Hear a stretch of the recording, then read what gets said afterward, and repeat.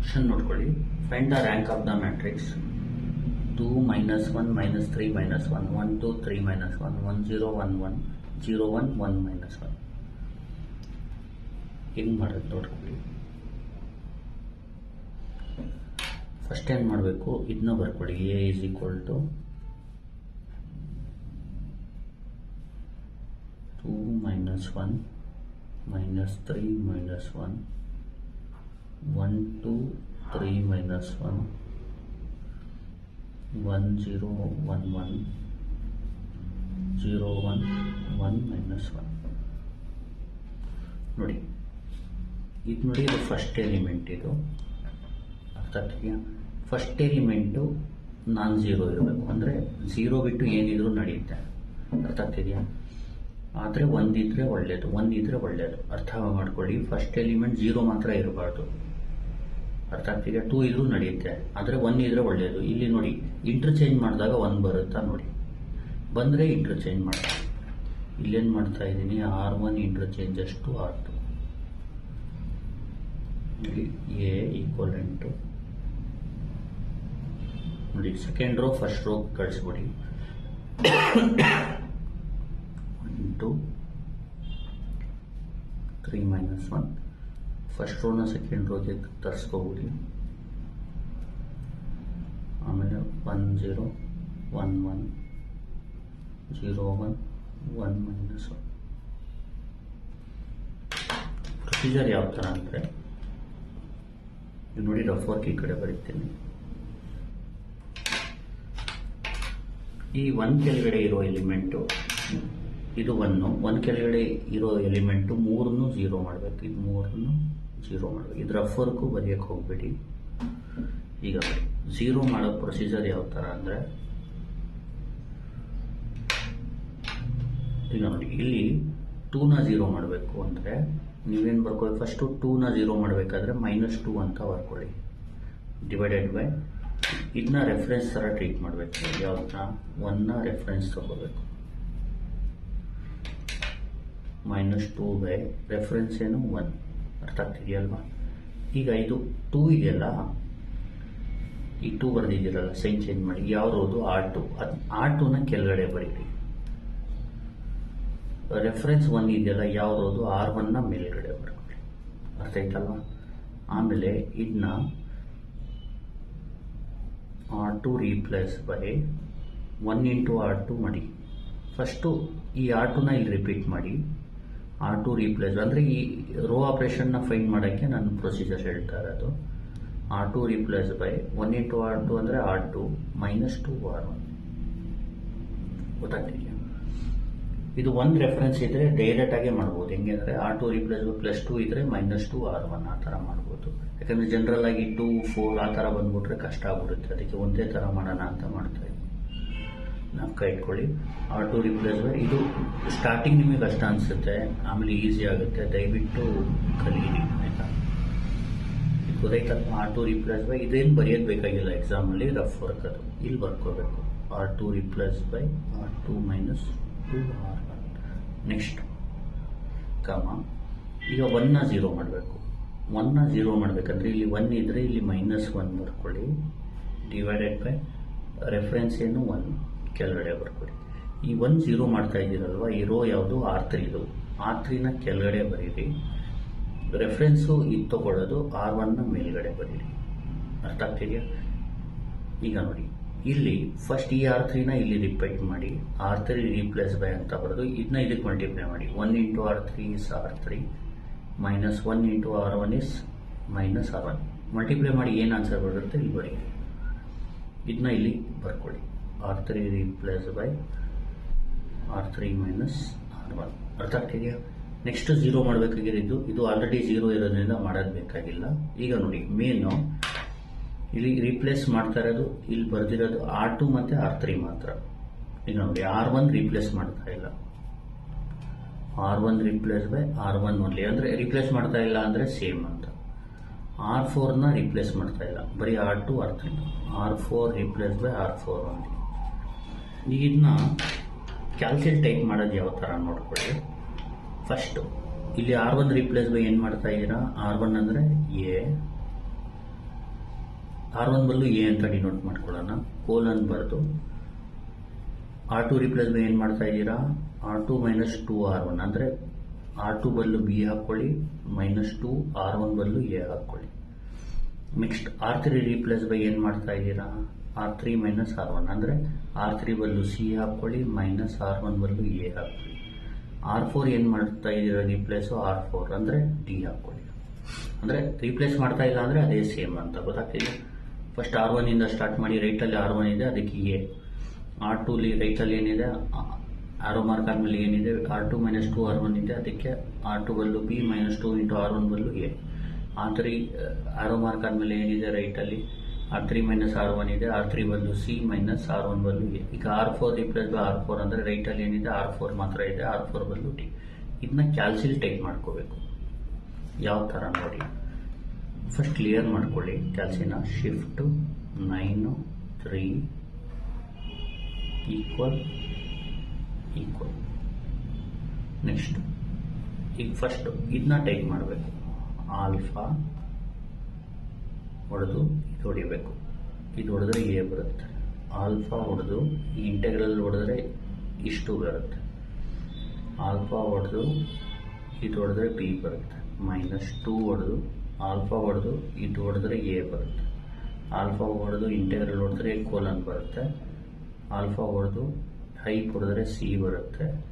Minus ಹೊಡೆದು alpha ಹೊಡೆದು integral ಹೊಡೆದ್ರೆ ಕೋಲನ್ ಬರುತ್ತೆ. ಸಾರಿ, ಸಿ ಮೈನಸ್ ಎ ಅಲ್ವಾ. ಆಲ್ಫಾ ಹೊಡೆದು ಇದು ಹೊಡೆದ್ರೆ ಎ ಬರುತ್ತೆ. ಆಲ್ಫಾ ಹೊಡೆದು ಇಂಟೆಗ್ರಲ್ ಹೊಡೆದ್ರೆ ಕೋಲನ್ ಬರುತ್ತೆ.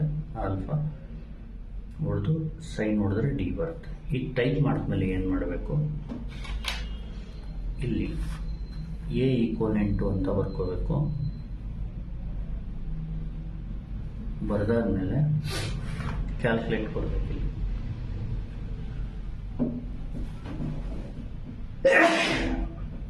ಸಾರಿ, ಕ್ಯಾಲ್ಕುಲೇಟ್ ಕೊಟ್ಟು A B C D value ಹೊಡಿಬೇಕು. ಫಸ್ಟ್ ಕಾಲಮ್ ನೋಡಿ, ಫಸ್ಟ್ ಕಾಲಮಲ್ಲಿ ಏನಿದೆ 1, ಬಿ ಏನಿದೆ 2, ಸಿ ಏನಿದೆ 1, ಟಿ ಏನಿದೆ 0. ಫಸ್ಟ್ ಕಾಲಮು ಹೊಡೆದ್ಬಿಟ್ಟು ಆನ್ಸರ್ಸ್ನ ಬರೀಬೇಕು. ಫಸ್ಟ್ 1 ಬರ್ಕೊಡಿ, ಏನು ಬಂದಿದೆ 0 ಕೆಳಗಡೆ ಬರೀರಿ. ಫಸ್ಟ್ ಕಾಲಮಲ್ಲೇ ಬರೀರಿ, 0 ಕೆಳಗಡೆ ಬರೀರಿ, 0 ಕೆಳಗಡೆ ಬರೀರಿ. ಈಗ ಸೆಕೆಂಡ್ ಕಾಲಮ್ ಎ ಎಷ್ಟು 2 ಈಕ್ವಲ್ ಬಿ ಎಷ್ಟು -1 ಈಕ್ವಲ್ ಸಿ ಎಷ್ಟು 0 ಈಕ್ವಲ್ ಡಿ ಎಷ್ಟು 1.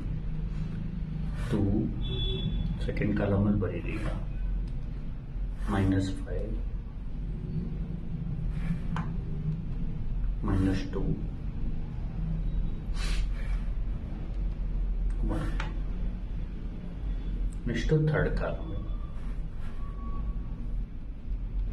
ಎ ಎಷ್ಟು 3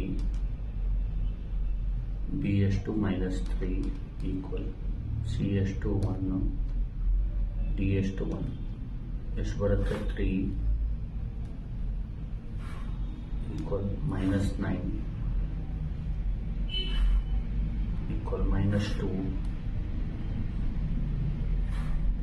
ಈಕ್ವಲ್ 1. ಈಗ ಫೋರ್ತ್ ಕಾಲಮ್ ಈಕ್ವಲ್ ಹೊಡೆದು ಎ ಕ್ವಶನ್ ಮಾರ್ಕ್ ಕೊಡಿದಾಗ ಎ -1 ನೋಡಿರಿ, ಬಿ ಬಂದು -1 ನೋಡಿರಿ, ಸಿ ಬಂದು 1 ನೋಡಿರಿ, ಡಿ ಬಂದು -1 ನೋಡಿರಿ. ಆನ್ಸರ್ -1 1 2 -1. ನೋಡಿ, ಇಷ್ಟಾದ ತಕ್ಷಣ ಏನು ಮಾಡಬೇಕಂದ್ರೆ ಈಗ ನೆಕ್ಸ್ಟು ಡಯಾಗ್ನಲ್ ಎಲಿಮೆಂಟ್ ಬಂದು ಇದು ಡಯಾಗ್ನಲ್ ಎಲಿಮೆಂಟ್ -1. ಆ ಡಯಾಗ್ನಲ್ ಎಲಿಮೆಂಟ್ ಇದೆಯಲ್ಲ ಅದು 1 ಆದರೆ ಒಳ್ಳೆಯದು. ಅಂದರೆ ನಾನ್-0 ಎಲಿಮೆಂಟ್ ಅಂದ ಸೆಕೆಂಡ್ ರೋಲಿ ನಾನ್-0 ಎಲಿಮೆಂಟು ಸೆಕೆಂಡ್ ಇದು 0 ಆದಮೇಲೆ ಇದೆ ತಾನೇ ಬರೋದು, ಅದು 1 ಆಗಬೇಕು. ಅದು 1 ಮಾಡೋದು ಯಾವ ಥರ ಅಂದರೆ ಈಗ ನೋಡಿ, ಏನಾದರೂ ಇಂಟರ್ಚೇಂಜ್ ಮಾಡಿದ್ರೆ 0 ಮಾತ್ರ ಇರಬಾರ್ದು. ಇದು ಡಯಾಗ್ನಲ್ ಎಲಿಮೆಂಟು, ಇದು ರೆಫರೆನ್ಸ್ ಥರ ಟ್ರೀಟ್ ಮಾಡಬೇಕು. 0 ಮಾತ್ರ ಇರಬಾರ್ದು, 1 ಇದ್ರೆ ಒಳ್ಳೆಯದು. ಇಂಟರ್ಚೇಂಜ್ ಮಾಡಿದ್ರೆ 1 ಬರುತ್ತಾ ನೋಡಿ. R2 ಇಂಟರ್ಚೇಂಜ್ ಬೈ R4 ಮಾಡಿದ್ರೆ 1 ಬರುತ್ತೆ. R2 ಇಂಟರ್ಚೇಂಜ್ ಬೈ R4 ಮಾಡ್ಕೊಳ್ಳಿ. ಎ ಈಕ್ವಲೆಂಟು R1 ಹಂಗೆ ಇಟ್ಕೊಳ್ಳಿ. 1 2 3 -1 R2 ಬರೀರಿ 0 1 1 -1. ಈಗ R3 ಹಂಗೆ ಇರಲಿ 0 -2 -2 2. ಈಗ R4 ಬರೀರಿ 0 -5 -9.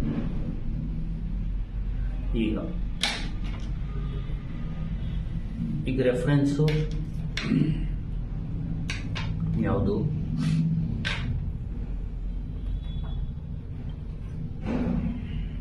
ಈಗ ರೆಫರೆನ್ಸ್ ಬಂದು ಇಲ್ಲಿ 1, ಅದಕ್ಕೆ ಕೆಳಗಡೆ 0 ಮಾಡಬೇಕು. ಇದು ರೆಫರೆನ್ಸ್ ಥರ ಟ್ರೀಟ್ ಮಾಡಬೇಕು. ಇದ್ರ ಕೆಳಗಡೆ ಇನ್ನೆರಡ ಇದೆಲ್ಲ ಬರೆಯೋಕ್ಕೆ ಹೋಗಬೇಡಿ. ಇದು ರೆಫರೆನ್ಸ್. ಈಗ ನೋಡಿ, ಇದು ರೆಫರೆನ್ಸ್ ತೊಗೋಬೇಕು. ಇದು ಎರಡನ್ನ 0. ಈಗ -2ನ 0 ಮಾಡೋದು ಯಾವ ಥರ ಅಂದರೆ -2ನ +2 ಅಂತ ಬರ್ಕೊಳ್ಳಿ. ಡಿವೈಡೆಡ್ ಬೈ ರೆಫರೆನ್ಸ್ ಏನು 1. ಈಗ ಫಸ್ಟು ರೆಫರೆನ್ಸ್ ಯಾವ ರೋದು ನೋಡ್ಕೊಳ್ಳಿ. ಇಲ್ಲಿ -2ನ 2 ಬರೀಬೇಕು ಡಿವೈಡ್ ಬೈ 1. ಈಗ ರೆಫರೆನ್ಸ್ ಯಾವ ರೋದು R2, ಮೇಲ್ಗಡೆ R2 ಬರ್ಕೊಳ್ಳಿ. ನೆಕ್ಸ್ಟು ಈ 0 ಮಾಡ್ತಾ ಇರೋದು -2 ಇದೆಯಲ್ಲ, ಅದು ಯಾವ ರೋದು R3 ಕೆಳಗಡೆ ಬರೀರಿ. ನೋಡಿ, ಈಗ -2ನ 0 ಮಾಡೋದು ಯಾವ ಥರ? -2ನ +2 ಬರೀರಿ ಡಿವೈಡ್ ಬೈ ರೆಫರೆನ್ಸ್ 1. ಈಗ -2 ಯಾವ ರೋದು R3ನ ಕೆಳಗಡೆ ಬರ್ಕೊಳ್ಳಿ. ರೆಫರೆನ್ಸ್ ಯಾವ ರೋದು R2 ಮೇಲ್ಗಡೆ ಬರ್ಕೊಳ್ಳಿ. ಈಗ ನೋಡ್ಕೊಳ್ಳಿ, ಇಲ್ಲೇನು ಬರೀತೀವಿ? R3 replace by R3 plus ಇದು ನೋಡಿ, ಈ R3ನ ಇಲ್ಲಿ ರಿಪೀಟ್ ಮಾಡಿ. R3 ರೀಪ್ಲೇಸ್ ಬೈ 1 × R3 ಅಂದರೆ R3 ಪ್ಲಸ್ 2 × R2 2R2. ಇದನ್ನ ಇಲ್ಲಿ ಬರ್ಕೊಳ್ಳಿ. 3 ಪ್ಲಸ್ 2R2. ನೆಕ್ಸ್ಟ್ ಈಗ -2 ಡಿಫ್ರೆನ್ಸ್ ಇದು 0 ಮಾಡಾಯ್ತು. ಈಗ -5ನ 0 ಮಾಡೋದು ಯಾವ ಥರ ಅಂದರೆ ಇಲ್ಲೇನಿದೆ -5ನ ಇಲ್ಲಿ +5 ಅಂತ ಬರ್ಕೊಳ್ಳಿ. ಡಿವೈಡೆಡ್ ಬೈ ರೆಫರೆನ್ಸ್ ಏನು 1. ನೋಡಿ, ಈ -5 ಇದೆಯಲ್ಲ, ಈ ಯಾವ ರೋದು -5 R4ನ ಕೆಳಗಡೆ ಬರ್ಕೊಳ್ಳಿ. ಈ ರೆಫರೆನ್ಸ್ ಇದೆಯಲ್ಲ ರೋ, ಅದು 1 R2 ರೋದು, ಅದು ಕ್ರಾಸ್ ಮಲ್ಟಿಪ್ಲೈ ಮಾಡಬೇಕು. ಅದಕ್ಕೆ ಕೆಳಗಡೆ ಮತ್ತು ಮೇಲ್ಗಡೆ ಬರೀತಾ ಇದ್ದೀನಿ. ರೆಫರೆನ್ಸ್ ಮೇಲ್ಗಡೆ ಬರ್ಕೊಳ್ಳಿ, ಮತ್ತು 0 ಮಾಡೋ ಎಲಿಮೆಂಟ್ ಇದೆಯಲ್ಲ ಆ ರೋದನ್ನ ಕೆಳಗಡೆ ಬರ್ಕೊಳ್ಳಿ. ಇಲ್ಲಿ R4 ರೀಪ್ಲೇಸ್ ಬೈ ಅಂತ ಬರೀರಿ. ಇದನ್ನ ರಿಪೀಟ್ ಮಾಡಿ. 1 × R4 is R4 plus 5R2.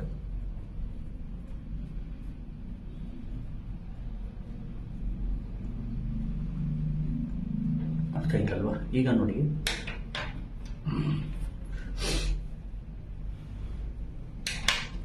ಇಲ್ಲಿ R3 ರೀಪ್ಲೇಸ್ ಮಾಡ್ತಾ ಇದ್ದೀವಿ, R4 ರೀಪ್ಲೇಸ್ ಮಾಡ್ತಾ ಇದ್ದೀವಿ. ಅಂದರೆ R1 ಮತ್ತು R2ನ ರೀಪ್ಲೇಸ್ ಮಾಡ್ತಾ ಇಲ್ಲ. ಅಂದರೆ R1 ರೀಪ್ಲೇಸ್ ಬೈ R1 ಅರ್ಥ, R2 ರೀಪ್ಲೇಸ್ ಬೈ R2ನೇ ಅಂತ ಅರ್ಥ.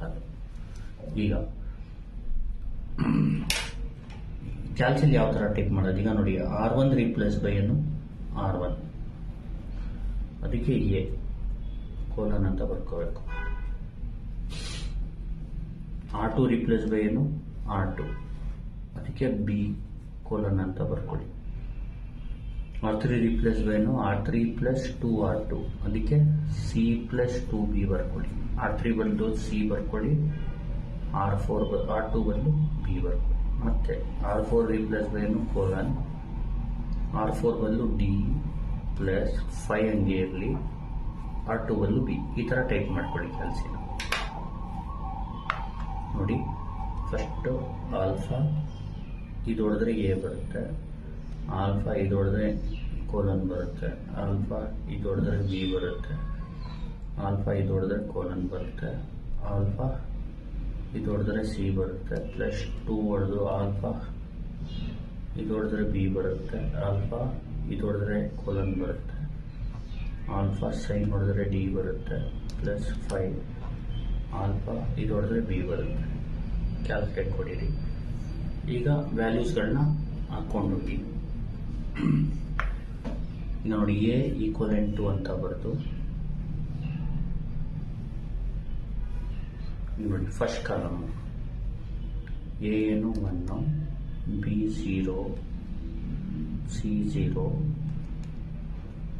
ಡಿ 0. ಈಕ್ವಲ್ ಹೊಡಿಬೇಕು 0 0. ಈಗ ಆನ್ಸರ್ ಏನು 1 ಈಕ್ವಲ್ 0 ಈಕ್ವಲ್ 0 ಈಕ್ವಲ್ 0. ಈಗ ಸೆಕೆಂಡ್ ಕಾಲಮ್ ಎಲಿಮೆಂಟ್ಸ್ ಈಕ್ವಲ್ ಹೊಡೆದು ಎ ಅಂದರೆ ಇಲ್ಲಿ 2, ಬಿ ಅಂದರೆ 1 ಕ್ವಶನ್ ಮಾರ್ಕ್ ಅಂತ ಇರುತ್ತೆ, C question mark -2 -5. Answer 2 1 0 0 equal A ಅಂದರೆ 3, ಬಿ ಅಂದರೆ 1, ಸಿ ಅಂದರೆ -2, ಡಿ ಅಂದರೆ -9. 3 1 0 -4. ಎ ಎಷ್ಟು -1, ಬಿ ಎಷ್ಟು -1, ಸಿ ಎಷ್ಟು 2, ಡಿ ಎಷ್ಟು 1 -1 -1 0 -4. ನೋಡಿ ಇಷ್ಟ ಆದ ತಕ್ಷಣ ಏನು ಮಾಡಬೇಕು, ಈಗ ನೆಕ್ಸ್ಟ್ ರೋಗೆ ಬನ್ನಿ. ಇಲ್ಲಿ ನಾನ್-0 ಎಲಿಮೆಂಟ್ ಯಾವುದಾದ್ರೂ ಇದೆಯಾ? ಇಲ್ಲಿ 0 ರೋ ಇದೆ. 0 ರೋ ಬಂದರೆ 0 ರೋನ ಕೆಳಗಡೆ ಕಳಿಸ್ಬಿಡ್ಬೇಕು. R3 interchange to R4. ನೋಡಿ ಇಂಟರ್ಚೇಂಜ್ ಮಾಡಿದ್ರೆ ಎ ಈಕ್ವಲೆಂಟ್ ಟು 1 2 3 -1 0 1 1 -1. ನೋಡಿ ಇಂಟರ್ಚೇಂಜ್ ಮಾಡಿದ್ರೆ ಯಾವಾಗಲೂ ಇದು, ಈಗ ನೋಡಿ ಇದು ರೆಫರೆನ್ಸ್ ತಗೊಂಡ್ಮೇಲೆ R2ನ R3ನ ಇಂಟರ್ಚೇಂಜ್ ಮೇಲ್ಗಡೆ ಇಂಟರ್ಚೇಂಜ್ ಮಾಡೋಂಗಿಲ್ಲ, ಗೊತ್ತಾಗ್ತಿದೆಯಾ? 0 0 -4 -4 0 0 0 0. ಈಗ ಲಾಸ್ಟಲ್ಲಿ ಇದನ್ನ 1 ಮಾಡಿಬಿಡಿ. R3 replace by R3 divided by -4. Divide by -4 ಮಾಡಿದಾಗ ಎ ಈಕ್ವಲೆಂಟ್ ಟು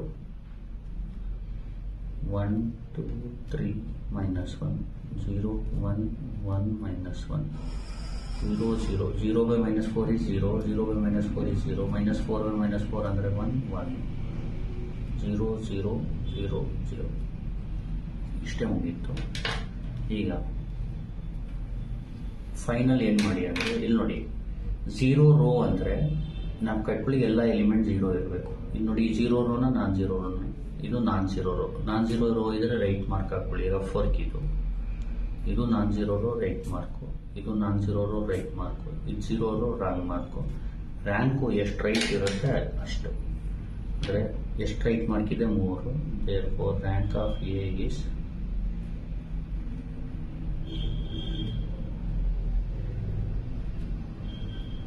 3. ಇದೇ ಫೈನಲ್ ಆನ್ಸರ್. ನಾವು ಕೈಟ್ಕೊಳ್ಳಿ ಎಷ್ಟು non-0 ರೋ ಇರುತ್ತೆ ಇದಕ್ಕೆ ಎಚೆಲಾನ್ ಫಾರ್ಮ್ ಅನ್ನೋದು. ಅಂದರೆ ನೀವೇನು ಮಾಡಬೇಕು, ಡಯಾಗ್ನಲ್ ಎಲಿಮೆಂಟ್ ಕೆಳಗಡೆ 0 ಮಾಡ್ಕೊಂಡು ಹೋಗಬೇಕು. ರೆಡ್ಯೂಸ್ ಮಾಡಿದ್ಮೇಲೆ ಎಚೆಲಾನ್ ಫಾರ್ಮ್ಗೆ ಎಷ್ಟು non-0 ರೋ ಇರುತ್ತೆ ಅದಕ್ಕೆ ನಾವು ರ್ಯಾಂಕ್ ಅನ್ನೋದು, ಗೊತ್ತಾಗ್ತಿದೆ? ಇಲ್ಲಿ non-0 ರೋಸ್ 3 ಇದೆ, ಅದಕ್ಕೆ rank of A is 3. Thank you. Please like, share and subscribe.